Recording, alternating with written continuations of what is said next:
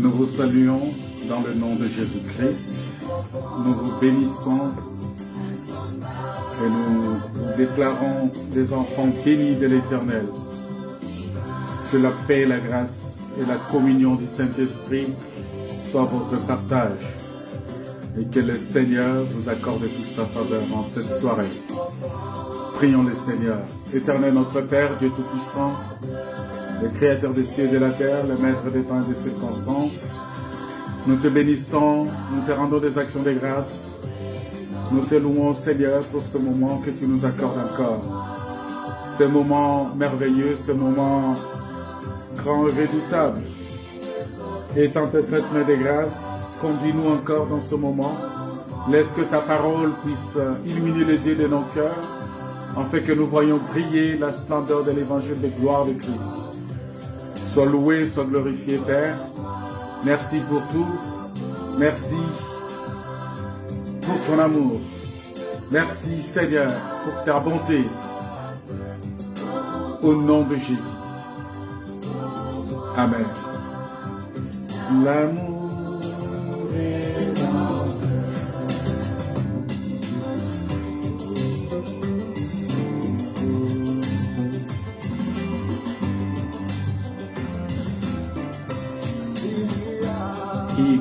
Immirable, comparable, inexprimable, c'est l'amour divin, l'amour rédempteur. Immirable, comparable, inexprimable, oh,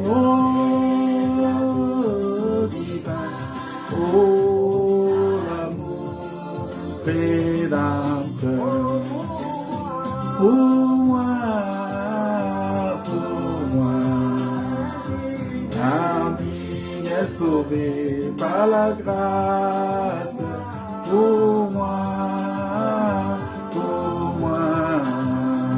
l'amour rédempteur. Pour moi,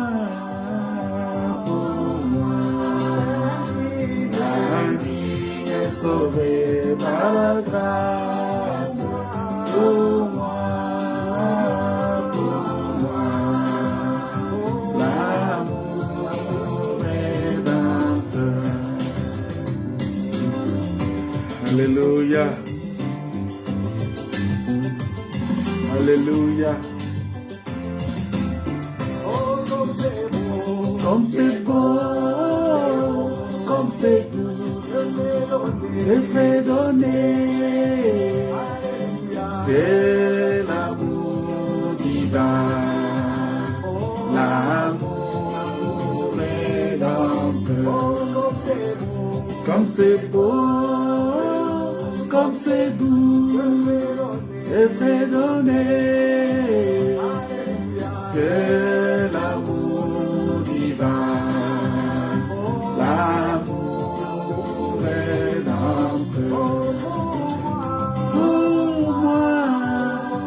Pour moi, l'ami est sauvé par la grâce. Pour moi, l'amour rédempteur. Pour moi, l'ami est sauvé par la grâce. Pour moi, l'ami est sauvé par la grâce. Pour moi, l'amour rédempteur.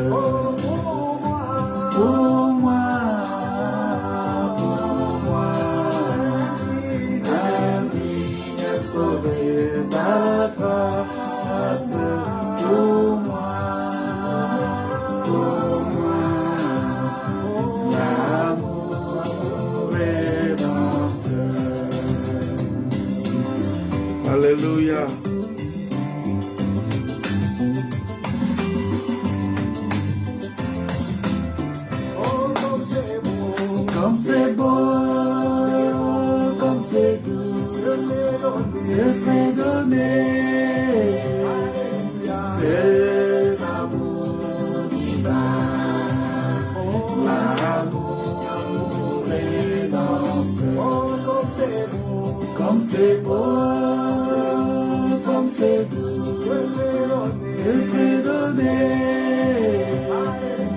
de l'amour divin, l'amour rédempteur pour moi,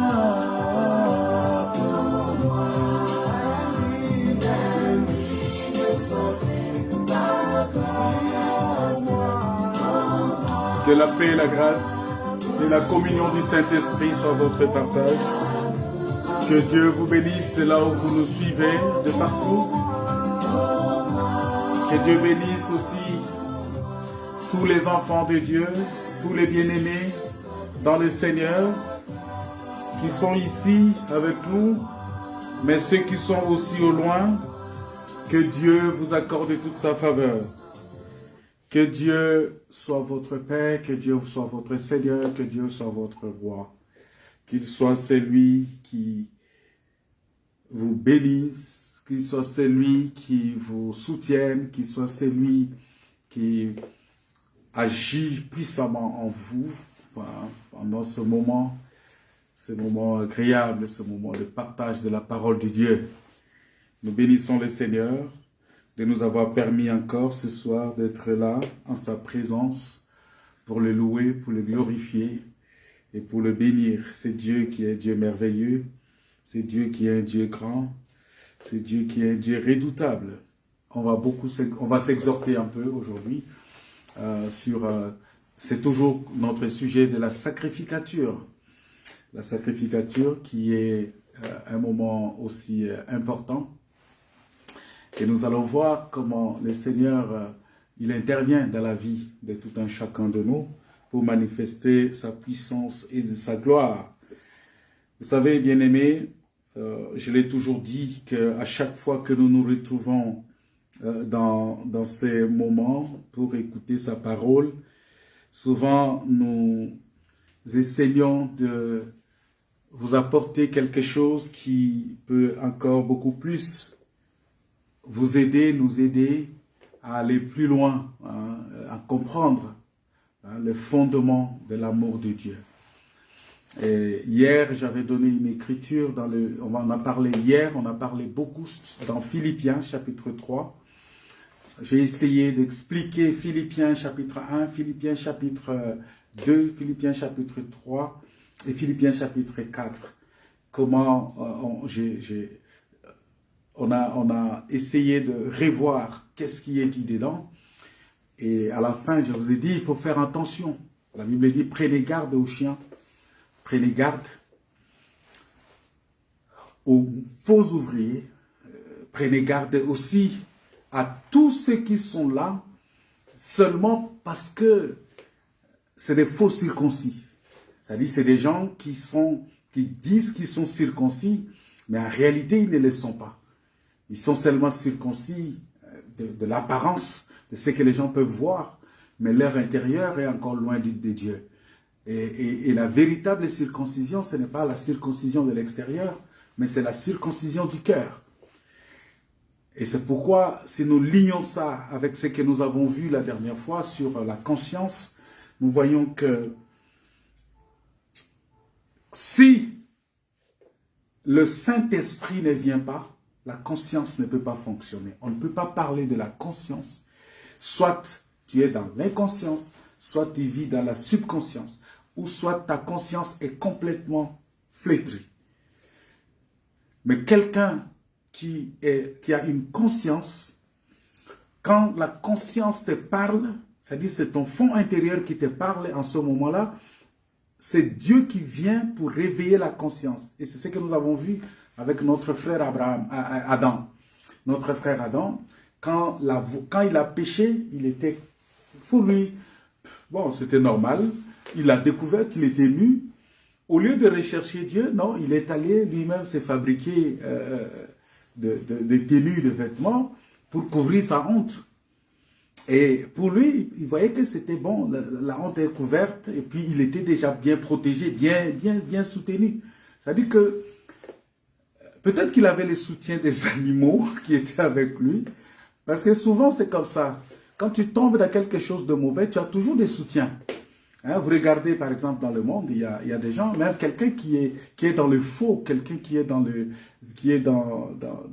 un état de péché, qui est dans un état vraiment très abominable, où à un certain moment on s'est dit, bon ben on va le mettre un peu de côté, il y aura toujours des soutiens pour lui. Et surtout encore que dans ces temps de la fin, beaucoup de gens ont la démangeaison d'entendre des choses agréables. Beaucoup de gens, maintenant, ils aiment beaucoup soutenir leurs pasteurs, leurs serviteurs, leurs prophètes, leurs apôtres, leurs évangélistes, leurs docteurs. Ils soutiennent tous ceux qui sont établis au milieu d'eux pour leur enseigner la parole de Dieu. Que de soutenir la parole. Et de toutes les façons, on ne soutient pas la parole. Vous voyez? C'est Dieu lui-même qui soutient sa parole. L'homme ne peut pas soutenir la parole. Parce que tu n'as pas la force de soutenir la parole. Mais c'est lui qui soutient. La Bible dit, il soutient toutes les choses par sa parole. Vous voyez? Donc, c'est Dieu lui-même qui est capable de soutenir. C'est lui-même qui est capable de se défendre. Regardez quand on est venu arrêter Jésus-Christ, Pierre voulait le défendre. Pierre sort une épée pour couper l'oreille de Marcus. Le Seigneur lui dit, non, non, non, mais Pierre, remets ton épée dans le fourreau. Remets ton épée parce que mon combat, ce n'est pas ça. Ce n'est pas ton combat. Parce que les combats que Dieu supporte, nous, on ne peut pas supporter. Voilà pourquoi lui, il sait que les combats spirituels, lorsque toi, tu es engagé dedans, il faut laisser Dieu faire ces combats-là. Il faut laisser Dieu mener ces combats-là à ta place. Au lieu que ce soit toi-même qui mène ces combats, tu n'arriveras pas. Parce que tu n'as pas cette force-là d'aller plus loin dans ces combats-là. C'est pourquoi Dieu lui-même, il prend les dessus de ces combats et quand il rentre dans ces combats, l'ennemi est en débandade. Donc, nous voyons que nous devons faire attention aux chiens. Les chiens, c'est celui qui mange, qui vomit et qui remange encore. C'est-à-dire, nous avons des frères qui, tantôt plus tôt, c'est-à-dire aujourd'hui il est là, demain il n'est pas là, aujourd'hui il est là, demain il n'est pas là. Il faut faire attention à des frères comme ça, qui disent que ils confessent un péché, ils décident d'abandonner un péché, mais demain il reprend encore le même péché.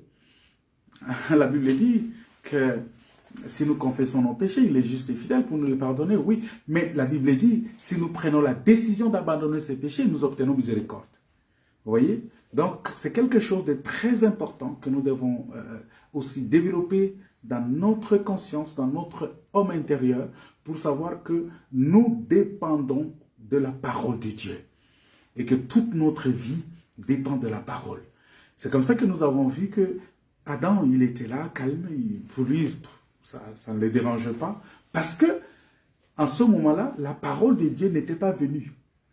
Et quand la parole de Dieu est venue, c'est-à-dire la lumière est venue, cette lumière-là est venue éclairer sa conscience. Et il a reconnu devant Dieu, oh Seigneur, je suis perdu, j'ai honte, je suis nu. Voilà, il commence à raconter maintenant, à faire des déclarations devant Dieu de ce qu'il est réellement, de ce qu'il y a dans le fond de lui. Vous voyez? Parce que souvent, nous disons ce qui est extérieur aux gens, ce que les gens peuvent constater, mais ce qui est dans notre fort intérieur, nous ne le disons pas. Et les gens pensent que Dieu ne voit pas notre intérieur. Non, Dieu voit ton intérieur. Même quand tu dis non, non, non, non, non, ça, Dieu lui voit dans ton cœur. Il y a beaucoup d'hypocrites aujourd'hui dans les choses de Dieu. Beaucoup d'hypocrisie. Il y a même des frères, ils ne t'acceptent pas dans son cœur, mais quand ils te voient, ils te saluent. C'est très dangereux des frères comme ça. Très, très, très dangereux. Voilà pourquoi il faut être toujours dans la présence du Seigneur pour que le Seigneur puisse te protéger contre de tels frères. Il y a de tels frères, quand tu parles avec lui, vous deux, il est bien, il te salue, il est bien, il te dit des choses. Mais le même frère, il va dire des choses à d'autres personnes en ton nom, mais tu n'imagineras pas. Tu ne peux pas te rendre compte, tu vas dire, mais c'est pas possible. Mais vous voyez, ça veut dire qu'il y a des gens qui sont formatés comme ça, qui sont vraiment des grands hypocrites. Il est vraiment hypocrite jusqu'au point que tu ne peux même pas imaginer. Après, il vient, il te salue, il te dit, ah, bonjour frère. Oui, c'est un frère, il te dit bonjour, il faut accepter, c'est un frère. Mais c'est un chien, c'est un faux frère, c'est un faux ouvrier. Il y a des faux ouvriers, des gens qui sont là pour faire pencher l'arche, pour entraîner les gens dans la mort. Des faux ouvriers qui font pencher l'arche. Ils sont là nombreux maintenant, qui ne sont là que pour leur ventre. Ils défendent bec et ongle certaines écritures que eux-mêmes, du fond de leur cœur, ils savent que ce n'est pas ça. Ce n'est pas comme ça. Mais ils défendent ça tout simplement parce que ça parle de leur intérêt. Ça parle de leur intérêt. Je n'arrêterai pas de parler de ça. Vous rentrez quelque part, vous voyez qu'un frère est en train de défendre du début jusqu'à la fin, il ne parle que offrande, offrande, offrande, donnez à Dieu, faites ceci, donnez, vous sera donné, donnez, il vous sera donné, donnez, il vous sera donné. Mais donnez, il vous sera donné, là, c'est pourquoi? Il multiplie même des promesses que Dieu ne lui a pas dit. Il commence même à inventer, ainsi dit le Seigneur, seulement pour manipuler le peuple de Dieu à donner beaucoup d'argent. Et cet argent-là, c'est pour son enrichissement personnel. Et vous remarquez que les autres qui amènent cet argent-là, ils croupissent toujours dans la misère. Moi, je connais un frère qui vient, une sœur qui est venue un jour à l'église. Il avait de l'offrande, il avait de l'argent sur lui. Et cet argent-là, il est venu donner en offrande. Maintenant, pour rentrer chez lui, il devrait rentrer à pied. Parce qu'il n'avait plus rien pour payer les transports. Et je vais voir le diacre, je leur dis, mais il y a cette sœur-là qui va aller à pied, est-ce que vous pouvez lui payer les transports? Oh non, non, on a payé déjà les transports pour les serviteurs de Dieu, donc on ne peut pas payer les transports pour la sœur-là. Vous voyez? C'est-à-dire, la Bible dit, alors que les actes des apôtres ne disent pas ce que les diacres-là m'ont dit. Donc ces diacres-là, s'ils étaient autant des apôtres, on n'allait même pas les élire des diacres. On ne pouvait pas les élire des diacres. Pourquoi? Parce que les diacres sont là justement pour s'assurer qu'il n'y ait pas murmure et qu'il n'y ait pas d'indigent, qu'il n'y ait pas quelqu'un qui est dans le manque, qu'il n'y ait pas quelqu'un qui soit en train de se plaindre de quelque chose matériel. Vous voyez? La conscience. Nous devons faire travailler notre conscience et que ce que nous faisons, que nous le faisons avec conscience, avec une conscience pure, avec une conscience qui est correcte. Parce que, vous savez, en ce qui concerne la conscience, il y a beaucoup de choses que nous pouvons parler en termes de conscience, parce que, regardez David. David, quand il a commis le péché, si le prophète n'était pas venu lui dire, bah pour lui, il trouvait ça normal. Même quand le prophète, remarquez, quand le prophète est venu dire que, voilà, il y a un homme qui a beaucoup de brebis et il a reçu un visiteur, il abandonne tout son troupeau, il va prendre celui de chez quelqu'un qui n'en avait pas beaucoup. Et il prend là-bas, il vient avec pour apprêter pour son visiteur, son visiteur. Mais est-ce que cet homme-là, qu'est-ce qu'on fait de lui? Il dit, ah non, mais cet homme-là, mais c'est pas possible. Tu vois, il commence déjà à condamner parce que l'extérieur, ce n'est pas l'intérieur. Et il fallait que le prophète lui dise, mais cet homme-là, c'est toi.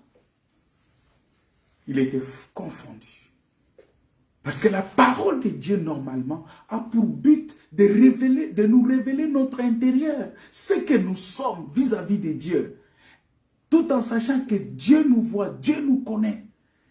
Et que, avec ça, ça nous permet de nous réconcilier avec Dieu. Ça nous permet d'être en harmonie avec Dieu. Ça nous permet d'être en accord avec Dieu. Bien aimé dans le Seigneur. Sans la sanctification vraie, personne ne verra le Seigneur. Quel que soit ce qu'on fait.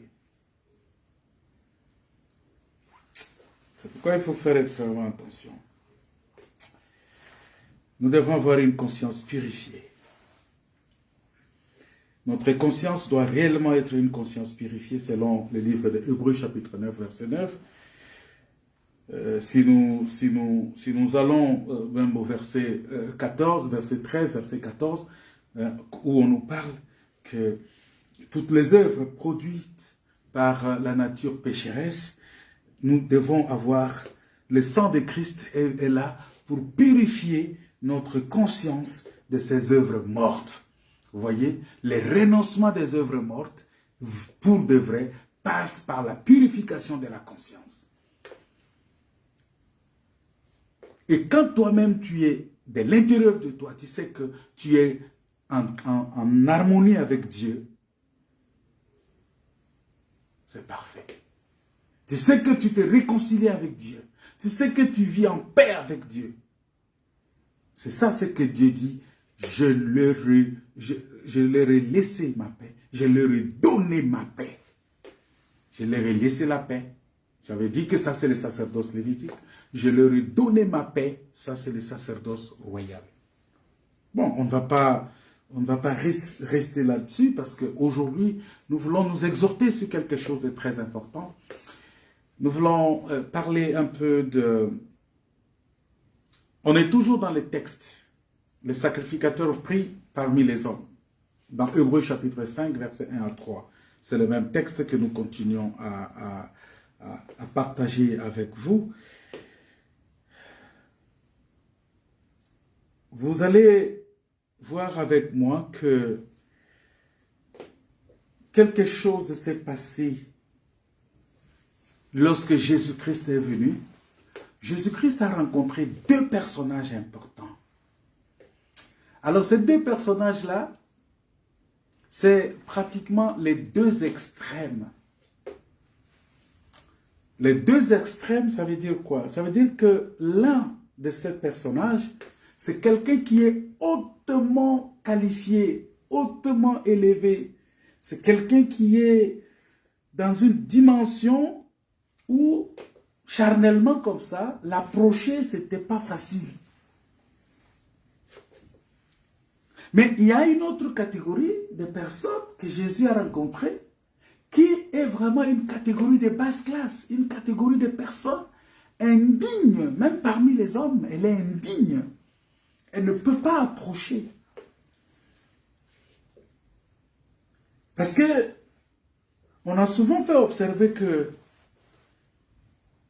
le Seigneur Jésus est présenté sous l'aspect le plus élevé, savoir, il est le Fils de Dieu. Vous savez, il est présenté par Jean comme étant le Fils de Dieu. Et l'expression Fils de Dieu veut dire Dieu lui-même. Parce que le Fils est la manifestation du Père, est la révélation du Père. Voilà pourquoi on dit que Jésus est la manifestation de Dieu invisible. Mais nous savons que le Fils de Dieu, c'est lui le créateur de toutes choses. Le Fils de Dieu, c'est le révélateur du Père.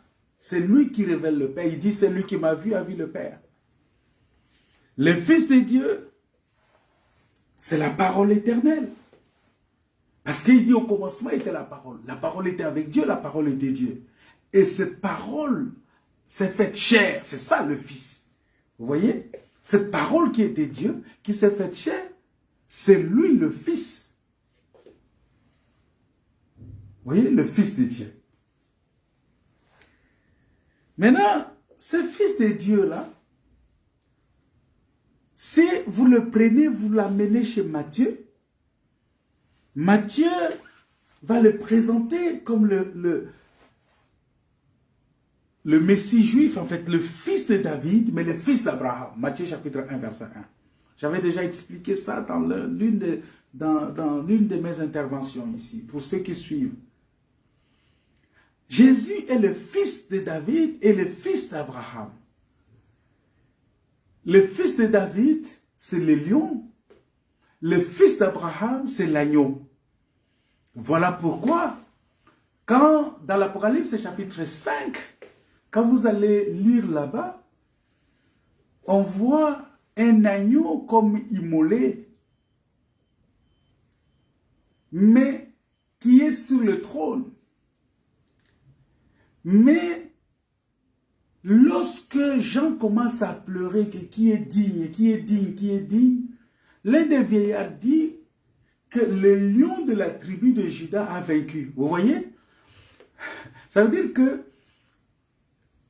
l'agneau et le lion, c'est ça Abraham. Abraham, le père d'Isaac. Isaac, il a été considéré comme l'agneau.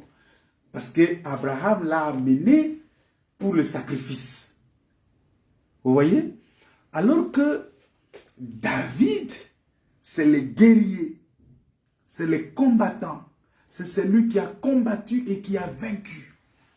Nous voyons par là que le sacrifice de Christ, la mort de Christ, c'est notre victoire sur l'ennemi. Vous voyez? Ça veut dire que la mort de Christ comme l'agneau, c'est notre victoire comme les lions sur l'ennemi. Donc nous sommes bénéficiaires de cette caractéristique de Christ-là, comme l'agneau pour ôter le péché, comme l'agneau pour les sacrifices. Tout sacrifice que nous devons présenter à Dieu, Dieu lui-même s'est fait chair et s'est présenté en offrande pour ôter notre péché, pour expier notre péché, pour enlever l'iniquité. Et tout combat que nous, on devrait supporter, qu'on devrait mener, Dieu lui-même s'est présenté encore comme celui qui doit combattre pour nous. Voilà pourquoi. C'est ça la différence entre les deux sacerdoces. Parce que dans les sacerdoces lévitiques,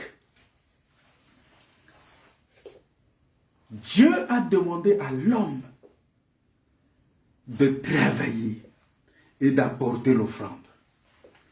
Mais dans les sacerdoces royales, Dieu lui-même a travaillé et il a apporté l'offrande pour l'homme. C'est Dieu qui a travaillé et qui a apporté l'offrande. Et son offrande, c'est cette offrande-là qui nous a délivrés, qui nous a libérés. Ça veut dire qu'il est à la fois l'agneau qui ôte les péchés, il est à la fois le lion. Parce que dans notre marche, c'est lui. C'est pourquoi la Bible dit, l'ange de l'Éternel campe tout autour de ceux qui les craignent et les arrache du danger. Qui est celui qui craint l'Éternel? C'est celui qui a appris l'obéissance par la souffrance. C'est celui qui a accepté la souffrance comme étant le moyen d'obéir à Dieu. Parce que pour lui, pour obéir à Dieu, il fallait qu'il passe par la souffrance. C'est celui-là qui craint Dieu, qui dit, Père, non pas ma volonté, mais ta volonté. Vous voyez, qui craint Dieu? C'est celui qui déclare toujours que, Père, que ta volonté soit faite, pas ma volonté. Celui qui craint Dieu, il marche toujours selon la volonté de Dieu, pas sa propre volonté. Il dit toujours, Père, s'il est possible, que ce n'est pas ma volonté, mais je veux vraiment que ce soit ta volonté. Est-ce que toi, parce que souvent, c'est compliqué. Le Seigneur nous permettra peut-être de parler de la prière de notre Père un autre jour, s'il le permet, s'il nous garde encore. Il y a tellement de choses, beaucoup de choses dans la parole de Dieu que nous devons étudier. Beaucoup de choses. Alors quand je regarde, je dis, oh Seigneur, mais vraiment, ça vient seulement, mais qu'est-ce qu'on fait? Il dit, Père, si vous voulez prier, dites, notre Père qui est aux cieux, que ton nom soit sanctifié, que ton règne vienne, que ta volonté soit faite. Vous voyez? C'est celui-là qui craint Dieu. C'est lui qui demande, qui dit à Dieu, Dieu, que ta volonté soit faite. Pas ma volonté, mais ta volonté. C'est-à-dire que si nous faisons la volonté du Père, la volonté de Dieu, l'ange de l'Éternel va camper tout autour de nous pour nous arracher du danger. Alors, quand on parle de l'ange de l'Éternel ici, cet ange de l'Éternel qui a guidé Israël dans le désert, cet ange de l'Éternel qui est allé sortir Israël de l'Égypte, c'est Jésus-Christ, c'est Dieu lui-même. C'est le Seigneur de gloire. Voilà pourquoi, bien-aimés, il est important pour nous de comprendre ces choses, parce que Matthieu l'a présenté comme l'héritier légitime du trône de David. L'héritier légitime d'Israël. C'est-à-dire que tout ce qui a été promis à Israël, tout ce qui a été promis, les grâces de David, le véritable héritier des grâces de David, c'est Christ. Vous voyez? Et c'est lui, le fils unique qu'Abraham attendait, qui est le véritable sacrifice. Et c'est par lui aujourd'hui, c'est ça le véritable sacerdoce. Voilà pourquoi au temps d'Abraham, il y avait eu 2 sacerdoces qui ont travaillé, mais le sacerdoce lévitique était soumis au sacerdoce royal. Parce que Abraham, quand il donnait la dîme, la Bible dit dans Hébreux chapitre 7 que c'est Lévi qui a donné la dîme à ce souverain sacrificateur selon l'ordre de Melchisedec qui est venu chez Abraham. Vous voyez? Ça dit que le sacerdoce lévitique a servi le sacerdoce royal pour la délivrance de Lot. Et la délivrance de Lot était en même temps la joie d'Abraham.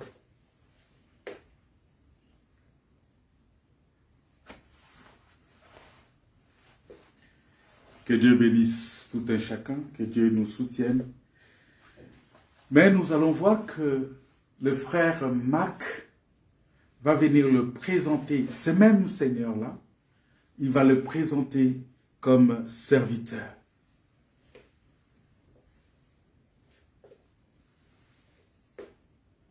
Il est venu pour servir. Il pouvait facilement enlever son manteau. Il pouvait facilement s'abaisser, laver les pieds des apôtres.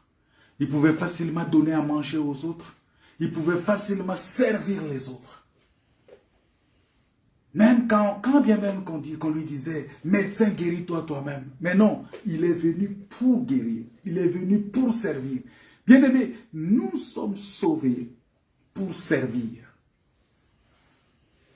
Il y a des gens qui disent, nous sommes sauvés pour adorer. Non, nous sommes sauvés pour servir.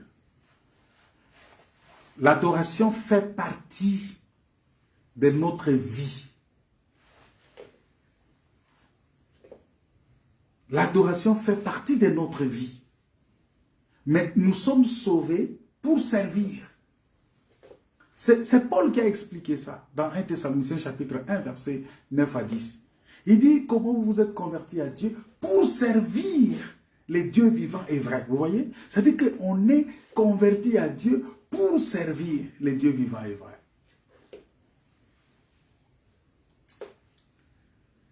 Et celui qui sert les autres, c'est celui-là qui a l'amour. Parce que si tu n'as pas l'amour, tu ne peux pas servir les autres. Parce que l'amour ne cherche pas son propre intérêt. Celui qui a le véritable amour ne cherche pas son propre intérêt parce qu'il cherche l'intérêt des autres. Il sert les autres.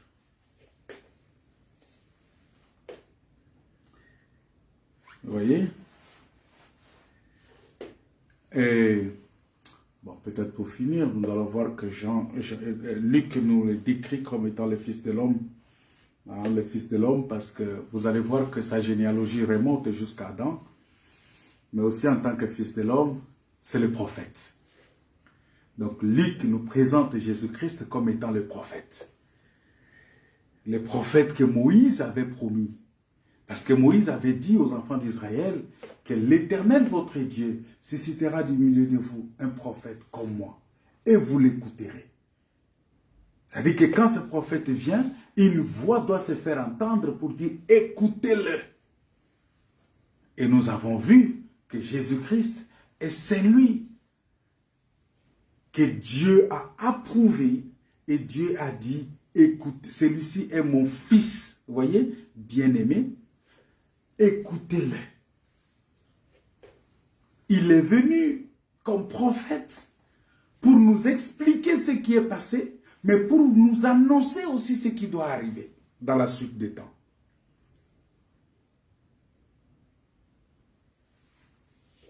Mais voilà pourquoi, lorsque nous voyons l'évangile, nous voyons l'enseignement que Jésus-Christ a donné. Lorsque nous voyons comment le frère Jean a présenté l'évangile, nous voyons que en fait, c'est la parole de toute éternité qui, dans toute la totalité de la divinité, qui était dans le sein du Père, cette parole-là, qui a été faite chair et qui a habité parmi nous. Ça, c'est un fait qui se marie avec Genèse chapitre 1, où Dieu, il dit au commencement, Dieu créa les cieux et la terre était informe et vide, et Dieu dit que la lumière soit. Vous voyez? Oh, cette parole-là qui était avec Dieu, la Bible dit qu'elle est la lumière, en elle était la vie, la lumière du monde. C'est-à-dire que quand Dieu parlait déjà, il savait que avant toute chose, il n'y a que la parole qui peut tout faire.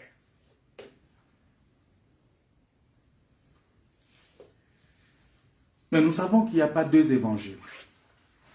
Nous savons qu'il y a un seul évangile. L'évangile de Jésus-Christ.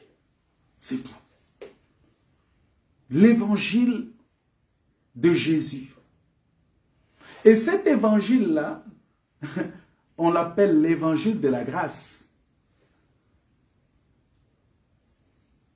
On peut l'appeler aussi l'évangile éternel. On peut l'appeler l'évangile du salut. On peut l'appeler aussi l'évangile du royaume. Donc la bonne nouvelle du royaume.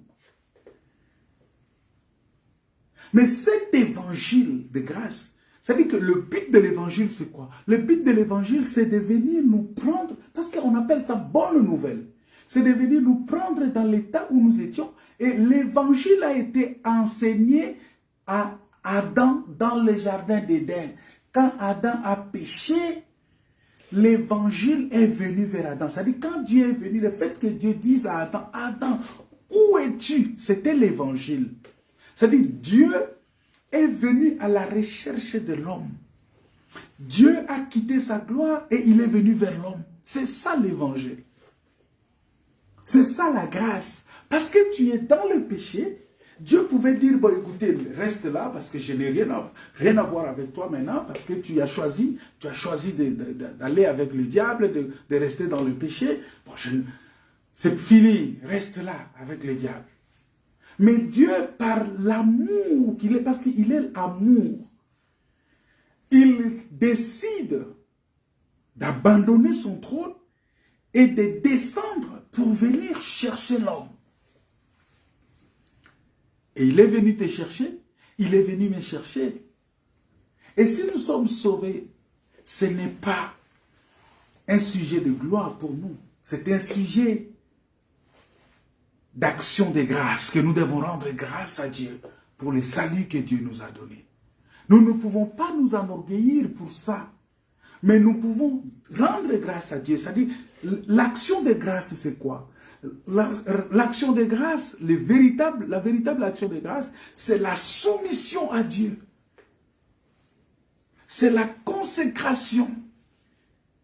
La véritable action de grâce, c'est ça, la sanctification, c'est-à-dire accepter cette vie de mise à part pour Dieu. Tu es mis à part pour le royaume, pour l'éternel, pour Dieu. Alors, nous voyons que Jésus a rencontré deux personnes. C'est de là où je vais, parce que je voulais chuter là. Mais pour y arriver, il fallait que je vous explique. Jusqu'à arriver à l'évangile, où on dit que l'évangile, c'est la bonne nouvelle du royaume. Mais qui est venu, Dieu attend, parce que là, on veut parler maintenant de car Dieu a tant aimé le monde. Jean chapitre 3, verset 16. Je sais que vous avez votre Bible avec vous. La Bible dit, car Dieu a tant aimé le monde, qu'il a donné son Fils, afin que quiconque croit en lui ne périsse point. On dit, quiconque croit en lui. Mais si nous allons dans le livre de 1 Corinthiens chapitre 1, la Bible dit que Dieu a choisi les choses folles ou les choses viles de ce monde pour confondre les sages. Jean chapitre 3, verset 16, là dit que car Dieu a tant aimé le monde et qu'il a donné son Fils. Nous voyons que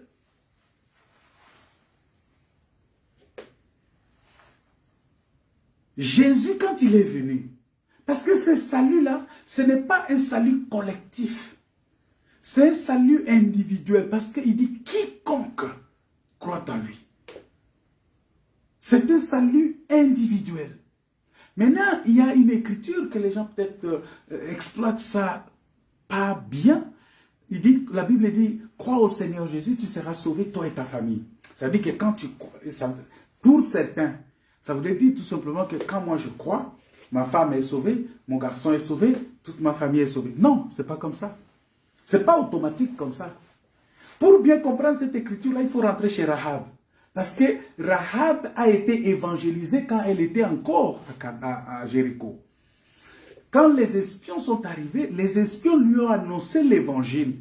Parce que l'évangile, c'est quoi? L'évangile, c'est la prédication de la croix. C'est la présentation du sang de Christ. Et c'est ce que les espions ont présenté à la femme Rahab. Ils sont venus, ils ont dit, ah Rahab, Rahab a dit, mais qu'est-ce que moi je vais faire puisque vous voulez détruire la ville? Et les espions lui ont dit, écoute, prends un fil cramoisi. Vous voyez?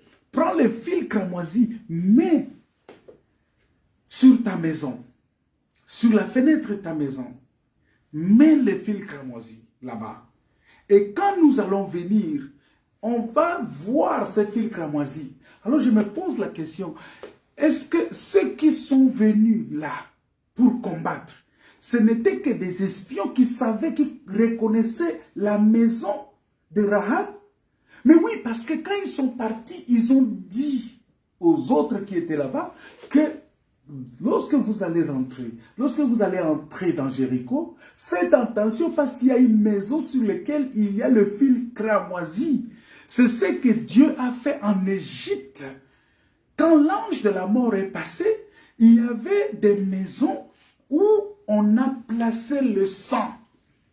Et sur cette maison-là, l'esprit des morts ne pouvait pas entrer. Ça veut dire que dans cette maison, il y avait la vie éternelle. Il y avait la vie. Il n'y avait pas la mort. Vous voyez? C'est-à-dire que... Et c'est la même chose que la femme Rahab a fait parce que pour se préserver et préserver sa famille. Maintenant, qu'est-ce que les espions lui ont dit? Les espions lui ont dit, quand nous allons venir, il dit, mais si tu veux aussi que ta famille soit sauvée, appelle ta famille, qu'elle entre dans ta maison. Parce que quand ta famille sera dans ta maison, lorsque nous allons venir, on va épargner cette maison et eux aussi seront sauvés. Oh, cette maison-là aujourd'hui, où on a placé le fil cramoisi, c'est le corps de Christ, c'est l'église.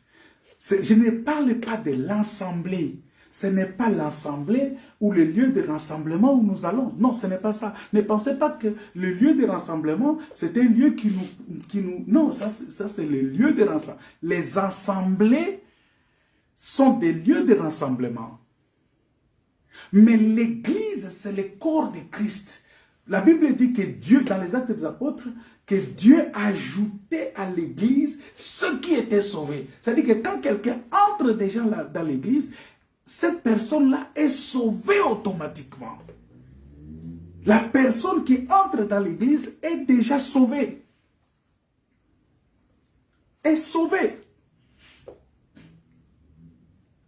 Et donc, Cette maison de Rahab là, c'est le corps de Christ. C'est l'église. C'est ce corps-là qui a reçu le fil cramoisi, c'est-à-dire le sang. Le sang qui a coulé dans ce corps-là, ce sang-là a permis que tout celui qui entre dans cette maison-là est sauvé. Vous voyez? Crois, tu seras sauvé, toi et ta famille. Ça veut dire que l'évangile que tu as reçu, il faut aussi l'amener dans ta maison pour que ta maison y entre. Lorsque ta maison entre dans cet évangile, ta maison sera sauvée. Mais si ta maison n'entre pas dans cet évangile, regardez, je vais prendre un exemple, peut-être il y a beaucoup d'interprétations derrière encore que on peut encore en parler, mais de manière comme ça, vous remarquerez que l'évangile a été annoncé à Lot de sortir de Sodome. Mais la femme de Lot, qui est dans la famille de Lot, est restée. Pourquoi? Parce qu'elle n'a pas cru à cet évangile-là. Vous voyez? Donc pour dire que tel que nous sommes là, si mon garçon ne croit pas à cet évangile, il ne sera pas sauvé. Là, il peut être sauvé parce qu'il est encore petit. Il peut être sauvé par la foi de ses parents. Mais quand il doit arriver au moment où il doit croire, s'il ne croit pas, il ne sera pas sauvé. C'est la même chose pour ma femme. Si ma femme ne croit pas, elle ne sera pas sauvée. Vous voyez? C'est-à-dire que ici, j'étais en train de dire que c'est une question individuelle. C'est-à-dire que Jésus-Christ a dit quiconque croit. Maintenant, dans les quiconque croit là, on va voir deux catégories de personnes. Nous allons voir que Jésus a rencontré, il s'est retrouvé seul à seul avec Nicodème. Ça, c'est la première personne. Dans Jean chapitre 3. La deuxième personne, c'est la femme samaritaine. Jésus aussi s'est retrouvé seul à seul avec la femme samaritaine. Vous voyez? Pour vous dire que le salut là est individuel.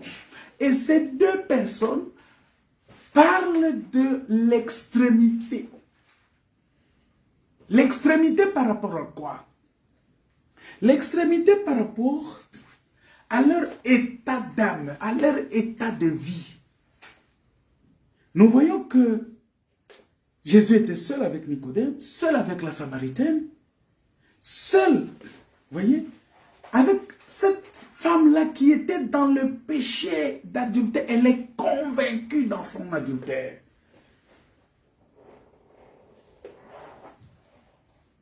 En sorte que c'est là aussi le caractère spécial de l'évangile. Parce que quand l'évangile est prêché, c'est le quiconque croit qui est sauvé.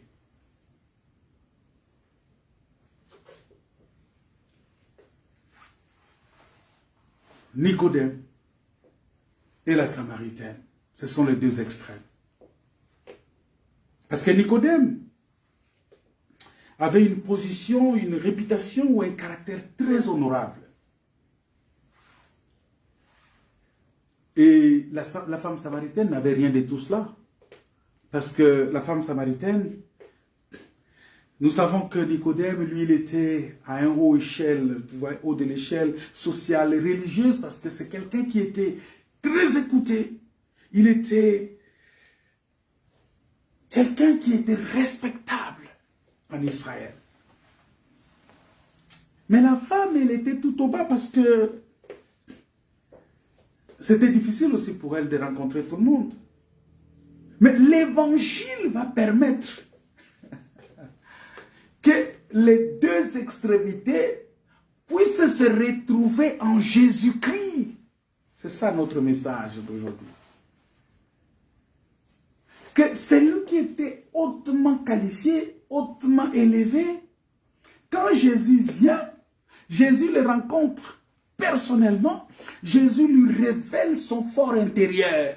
Voyez, il était respecté de l'extérieur, il était respecté par tout le monde, il était un homme craint. Mais quand Jésus est arrivé, Jésus va lui dire ce qu'il est réellement. Et Jésus lui dit, si tu n'es né de nouveau, tu ne pourras pas hériter le royaume. Oh. Mais, c'est-à-dire que tout ce qu'il faisait dans le judaïsme, vous voyez les sacerdoces lévitiques, tout ce qu'il était, il offrait des sacrifices, il faisait des choses, il était élevé, même, il était un homme craint même dans les Sanhédrins.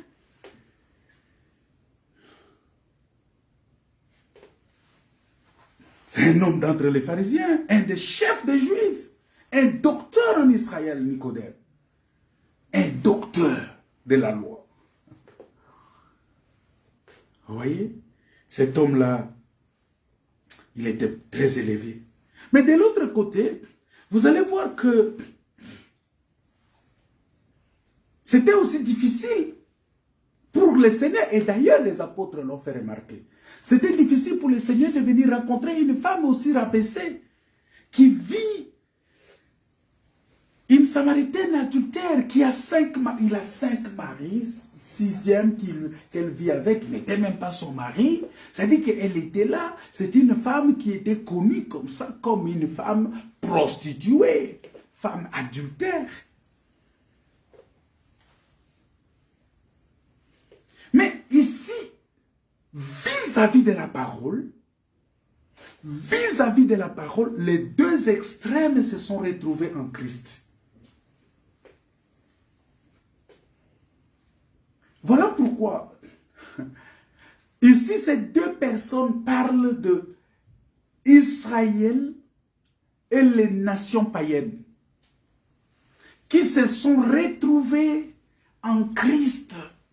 Et lorsqu'on se retrouve en Christ, dans le Seigneur, il n'y a pas un plus grand, il n'y a pas un plus petit.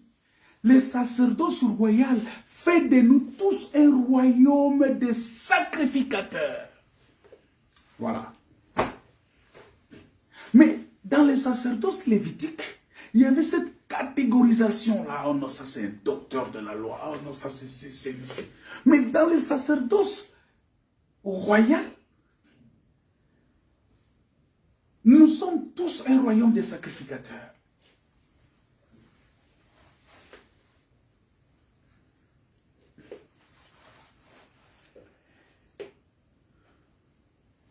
Dès qu'il s'agit de paraître devant Dieu, il n'y a plus de différence.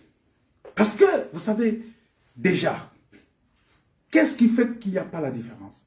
Parce que, quand Jésus vient, Jésus reconnaît que ce soit Nicodème, que ce soit la femme samaritaine, tous sont péchés et sont privés de la gloire de Dieu. Vous voyez? Mais aux yeux des hommes, ils ont leurs rangs sociaux. Chacun, ils ont des rangs sociaux différents. Chacun a son rang social.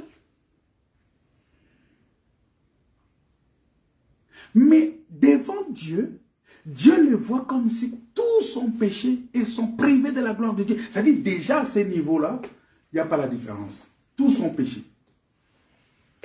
Voilà pourquoi, bien-aimé, tu es pasteur, tu es docteur, tu es apôtre, tu es évangéliste, tu es qui que ce soit. Mets d'abord dans la tête que tu es un enfant de Dieu. Tu es frère. Comme tout celui qui peut venir au Seigneur. Oh, tu étais président de la République. Oh, tu étais député. Oh, tu étais ministre dans le monde. Tu viens au Seigneur, tu es frère. Nous sommes tous frères et sœurs. Nous sommes tous un royaume de sacrificateurs.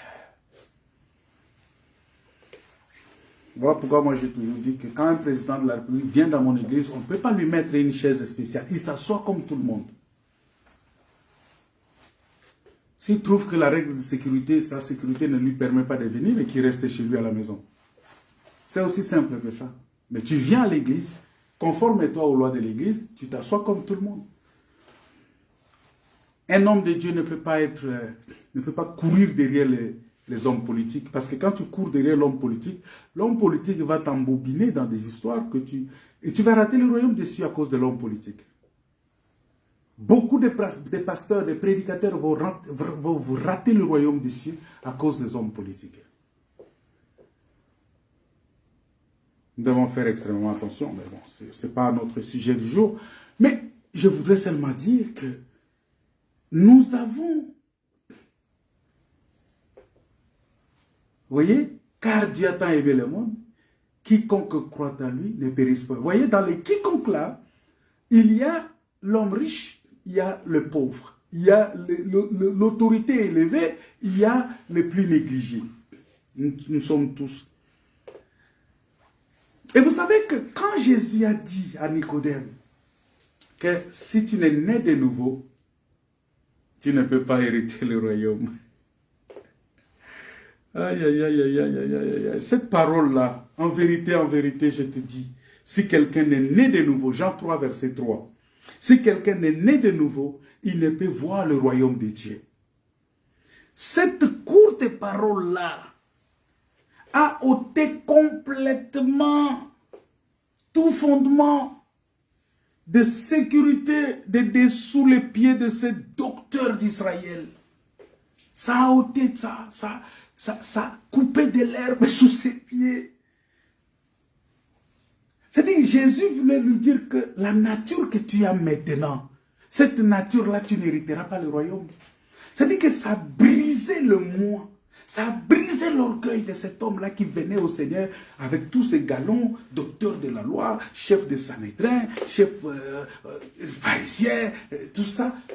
Quand Jésus lui a dit, si tu n'es né de nouveau, vous voyez, Jésus le ramène encore au commencement, en étant fœtus. Il dit non, rentre dans le ventre de ta mère pour que tu sois né de nouveau. Ça veut dire que Jésus veut dire que tu n'existes pas encore. Tu ne vis pas encore. C'est-à-dire que Jésus a brisé l'orgueil de cet homme. Le moi de... Bien aimé, l'orgueil précède la ruine. Et c'est exactement ce qui s'est passé avec le général de l'armée. Quand il s'est présenté, le général d'armée, comment il s'appelle encore, qui s'est présenté devant le prophète Naaman le Syrien. Quand il s'est présenté, il dit, mais moi, général, tout ça. Le prophète l'envoie, il dit, va te jeter dans l'eau. Vous voyez? C'est-à-dire, il faut naître de nouveau. C'est ça. C'est-à-dire, il fallait briser le moi. Il fallait briser. Bien aimé, si nous voulons voir Dieu, nous devons briser notre orgueil. Et c'est la même chose pour cette femme-là. Parce qu'il est clair. Tout criminel ne peut pas entrer dans le royaume des cieux. Le criminel qui accepte Jésus-Christ comme son Seigneur et Sauveur, qui se répand, il peut hériter le royaume. Parce que, vous voyez que cette femme-là, cette femme aussi,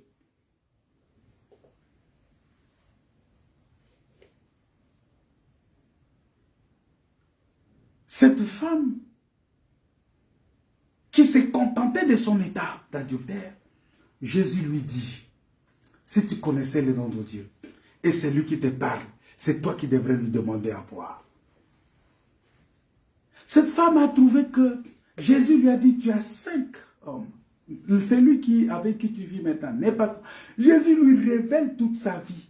Donc la femme se retrouve dans un état où, même dans mon plus bas niveau de vie, cet homme me connaît là-bas. Vous voyez, Dieu voit celui qui est élevé dans le monde. Dieu voit aussi celui qui est le plus bas. En Jésus-Christ, nous sommes un. Voilà pourquoi il est important. Ça, c'est en ce qui concerne la vie éternelle. Parce qu'ici, ça concerne la vie éternelle. Ça ne concerne pas la couronne que nous allons avoir. Parce que la couronne dépend du service. Mais la vie éternelle dépend de la foi. Et par rapport à la vie éternelle, nous sommes tous égaux. Nous sommes tous un en Jésus-Christ. Il n'y a pas de femme, il n'y a pas d'homme, il n'y a pas d'esclave, il n'y a pas d'homme libre, de riche, il n'y a pas de pauvre. En ce qui concerne la vie éternelle. Mais en ce qui concerne le service, c'est là où Dieu a réparti les services. selon que chacun peut servir le Seigneur pour avoir la couronne, la récompense. Parce qu'au-delà de la vie éternelle, il y a des récompenses qui seront distribuées à tous ceux qui ont servi le Seigneur, à tous ceux qui ont fait l'œuvre de Dieu. Il y a ceux-là qui auront des couronnes qui vont briller plus que les autres. C'est clair. Parce que ça dépendra de la manière dont tu as servi le Seigneur. Mais de par ta rencontre avec le Seigneur, de par ton contact avec Jésus, ton intimité avec Jésus, est-ce que tu crains Dieu? Est-ce que ton moi est brisé? Est-ce que ton orgueil est brisé? Est-ce que ta honte est ôtée? Ta honte d'être... Parce que la femme qui a dit « je n'ai pas de mari », parce qu'elle avait honte de dire, d'avouer ce qu'elle était réellement. Et Jésus est venu lui ôter, enlever cette honte-là. Non, ne me cache rien parce que je connais. Vous voyez, c'est-à-dire le fait que Jésus lui révèle ça, Jésus lui enlève la honte. C'est-à-dire que maintenant, elle pouvait parler d'elle aux gens. Elle pouvait dire aux gens que oui, moi j'ai 5 maris, mais c'est que j'ai... Vous voyez, c'est-à-dire que Jésus, l'évangile doit ôter notre honte, mais aussi briser notre orgueil. C'est ça, ce que Jésus a fait ici, parmi ces deux personnes extrêmes. Vous voyez, c'est ça l'évangile éternel. C'est ça l'évangile de gloire. C'est ça l'évangile du salut que nous devons enseigner. Parce qu'à chaque fois quand nous présentons les choses à Jésus-Christ, oui, c'est très bon, mais nous devons, la honte dans laquelle nous sommes, ça doit être ôté. C'est ça le péché, l'orgueil qui nous caractérise, c'est ça l'iniquité, ça doit être brisé. C'est le moi-là doit être brisé. Dieu doit résister à cet orgueil jusqu'à briser cet orgueil pour notre salut. Et c'est ce qu'il a fait avec Nicodème.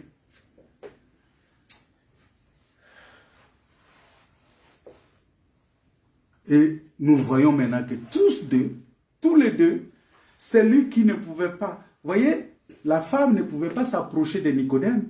Nicodème aussi ne pouvait pas se rabaisser jusqu'à cette femme. Mais Jésus-Christ est venu et il les a mis ensemble. C'est ça Israël. Israël qui avait la loi. Israël avait la loi, il avait tout. Israël ne pouvait pas se rabaisser pour aller vers les païens, vers nous, les nations. Et les nations aussi se disaient, ah, ces gens-là, ils ont exagéré avec leur loi. On ne va pas aller là-bas. Ils sont... Vous voyez, les nations aussi s'est contentées de leur état. Mais Christ, quand il est venu, Israël et les nations se sont retrouvées en lui. C'est ça la croix. Parce que quand il a étendu ses mains comme ça, allez, venez à moi, vous tous qui êtes fatigués. Venez à moi, vous tous qui êtes chargés. Venez à moi. Vous tous qui êtes, vous voyez, vous tous qui êtes chargés, ces nations, vous tous qui êtes fatigués, c'est Israël qui avait la loi. La loi était une charge pour Israël. Israël a porté la loi jusqu'à être fatigué de la loi. Venez à moi, vous tous qui êtes chargés. Venez à moi, vous tous qui êtes fatigués. Je vous donnerai du repos. Vous voyez, les deux peuples-là, la femme samaritaine et Nicodème, qui est le docteur de la loi, ont trouvé refuge, ont trouvé le repos dans cet homme de Galilée, dans cet homme Jésus, c'est Fils de l'homme, c'est Dieu fait chair, c'est Dieu puissant, c'est Dieu de gloire. Et c'est de la même manière que je peux te dire maintenant que toi, même si tu vis dans la honte, sache que Jésus-Christ est venu pour ôter ta honte, pour ôter la honte sur toi, afin que tu puisses vivre la gloire de Dieu.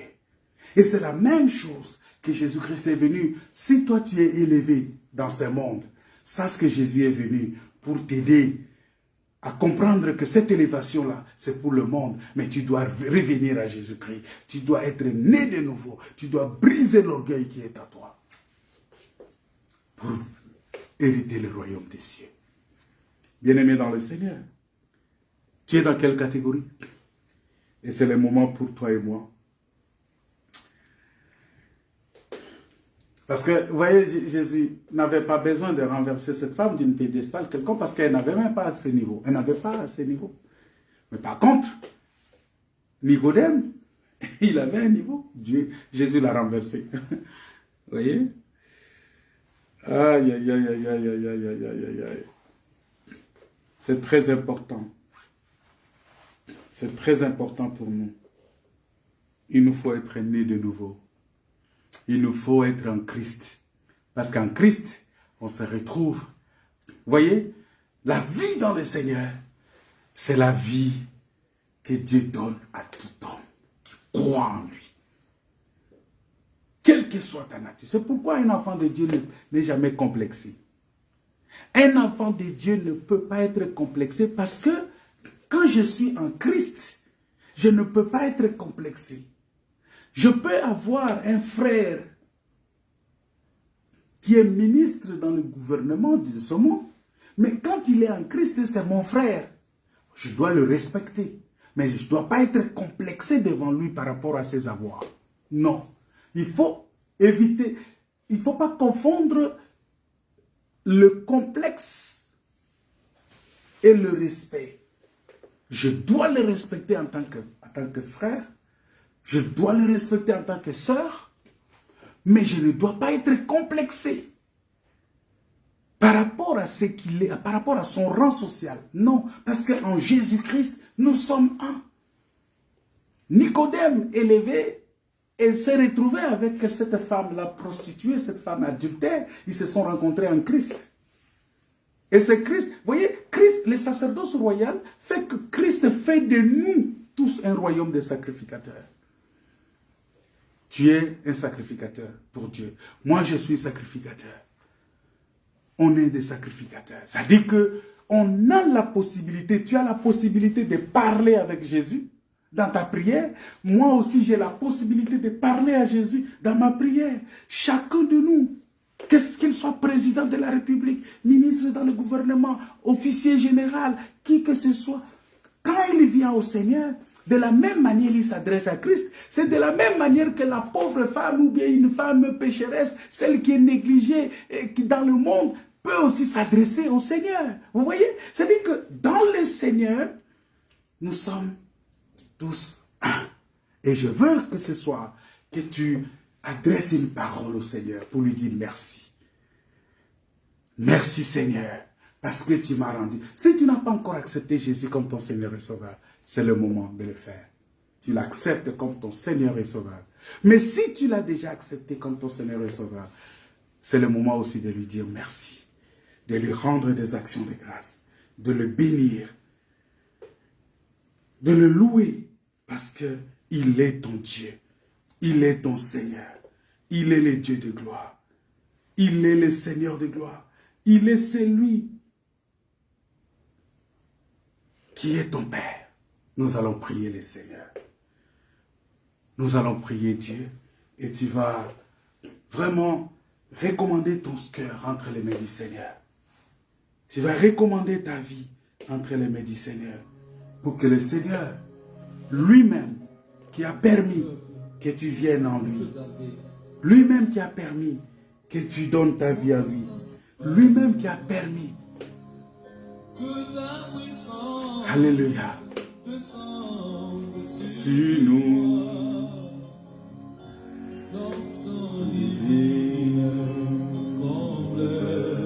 mon cœur. Alléluia.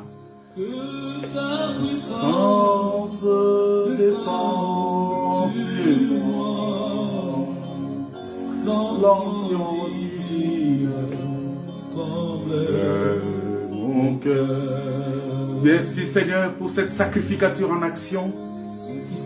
Merci pour le salut que tu m'as accordé en Jésus-Christ.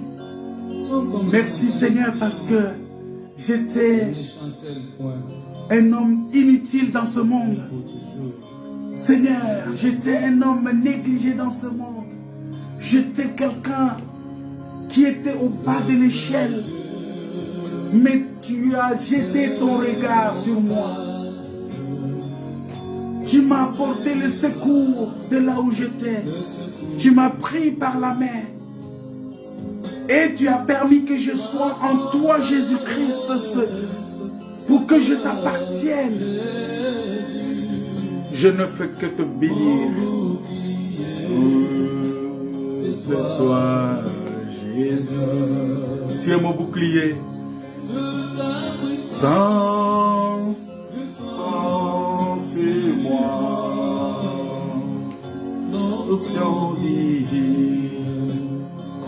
Bien-aimé, élève ton cœur vers le Seigneur. Prie le Seigneur à ce moment. Rends-lui des actions de grâce. Alléluia. Seigneur, je veux qu'en ce moment, je veux briser l'esprit d'orgueil. L'esprit d'orgueil.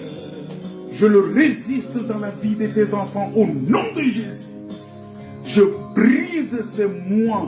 Je brise le moi dans la vie de tes enfants. Je brise cet orgueil-là au nom de Jésus. Et que nous tous, Seigneur, nous soyons capables de fléchir les genoux devant toi pour t'adorer, pour te louer, pour te prier, pour te célébrer. Parce que c'est toi qui es le maître de toutes choses. Oh Dieu Tout-Puissant, je brise l'esprit de la honte. Je brise les complexes. Au nom de Jésus. Merci Seigneur. Merci Dieu Tout-Puissant. Et dans tes saintes mains de grâce, manifeste ta puissance et ta gloire. Parce que tu es Seigneur, parce que tu es le roi des rois. Parce que tu es le Dieu Tout-Puissant, le créateur des cieux et de la terre. Le maître des temps et des circonstances. C'est toi Jésus. C'est toi. C'est toi qui nous as aimés. C'est toi qui es venu vers nous. Jésus, mais voici pour toi. Je suis là pour t'adorer maintenant. Mais voici pour toi, Seigneur. Mais voici. Oui, nous étions tous errants comme des brebis. Chacun suivait sa voie. Oui, mais Seigneur, tu es venu. Alléluia. L'iniquité. Mes iniquités sont retombées sur Jésus. Mon orgueil est retombé sur Jésus. Il a été blessé pour moi. Alléluia. Il a été brisé pour moi. Pour que je sois brisé, il a accepté d'être brisé. Et le châtiment, oui, qui donne la paix, est tombé sur Jésus. Le châtiment qui me donne la paix maintenant est tombé sur Jésus. Alléluia. C'est en lui que nous sommes guéris, nous sommes sauvés en Jésus-Christ. Alléluia. Merci Seigneur, nous sommes là pour t'adorer.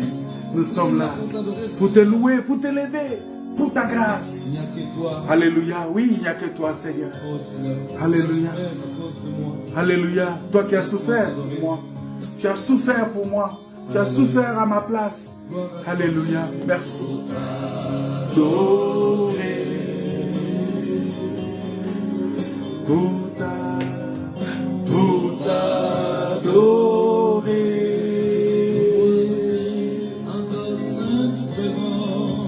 Pour t'adorer, Seigneur Jésus, mais voici pour toi. Seigneur, bénis tout un chacun, bénis mon frère, ma soeur, bénis tout un chacun qui a suivi ce message. Laisse que cette parole puisse transformer notre cœur, puisse renouveler notre intelligence, puisse nous accorder encore la force de te servir, la force de poursuivre ta voie, la force de demeurer dans cette parole. Au nom de Jésus. Au nom de Jésus. S'il y a quelqu'un qui est malade, qui nous suit en ce moment, qu'il soit guéri au nom de Jésus. S'il y a quelqu'un qui a des problèmes, qui a connu un blocage dans ses affaires, dans son travail, qu'il soit libéré, que ces blocages tombent maintenant, au nom de Jésus. Père Céleste, étends tes saintes mains, apporte la guérison, la délivrance, apporte la solution, apporte le salut, apporte la délivrance, apporte le renouvellement, apporte la guérison, apporte la paix, la joie, et que ta bonté soit manifeste. Seigneur, je te prie pour que l'amour prenne la place dans le cœur de tout un chacun de nous, que nous puissions manifester l'amour, l'amour qui ne cherche pas son propre intérêt, que cet amour puisse caractériser chaque enfant de Dieu en ce moment, que celui qui est élevé considère qu'il est le serviteur de tous. Alléluia. Merci Seigneur, merci Jésus. Oh, mais voici pour toi. Mais voici pour toi, Seigneur. Alléluia. Oui, les lions de la tribu de Juda. Le rejeton de David. Alléluia. Il avait Pour t'adorer. Bien-aimé, j'aimerais vraiment que là où tu es, Oh Jésus. si tu étais assis, mets-toi debout. Si tu étais assis, mets-toi debout. Élève tes mains vers le Seigneur. Dis-lui merci Seigneur, me voici pour t'adorer. Dis-lui que me voici là pour t'adorer. T'adorer. Oui, nous sommes là pour t'adorer Seigneur. Élève ta main, dis-lui merci. Et tomber sur lui. Alléluia. Élève ta main là où tu es pour l'adorer. C'est pas Seigneur. Pour l'adorer, pour le louer, pour le bénir. Et tu peux l'acclamer là où tu es. Je demande que tu acclames le Seigneur. Acclame le Seigneur. Merci Seigneur, merci Jésus. Merci Dieu Tout-Puissant. Merci les créateurs des cieux et de la terre. Merci pour la paix, la bénédiction, la joie, la délivrance. Merci Seigneur. Merci pour ton amour. Merci pour ta bonté. Au nom de Jésus. Au nom de Jésus. Au nom de Jésus. Amen. Si tu as été béni par ces messages, tu peux partager dans ton groupe, tu peux partager à tes amis, tu peux partager sur ton mur, tu peux partager partout où tu veux, partage ces messages pour que beaucoup de gens aussi en soient bénéficiaires. Que le Seigneur vous bénisse, que le Seigneur vous comble de sa grâce, que le Seigneur vous accorde sa faveur, que le Seigneur vous soutienne dans ce moment que vous traversez. Si vous traversez un moment difficile, sachez que Dieu ne vous a pas abandonné. Il est là, il est à vos côtés, il est avec vous, il vous soutient, il vous bénit, il vous les élève, il vous délivre, il vous soutient. Il est votre Père. Il est le Père, parce que ce Père-là n'abandonne jamais ses enfants. Seigneur, merci. Je te prie pour ma famille, pour ma femme, pour mon garçon. Et dans tes saintes mains, protège ma famille. Merci Seigneur.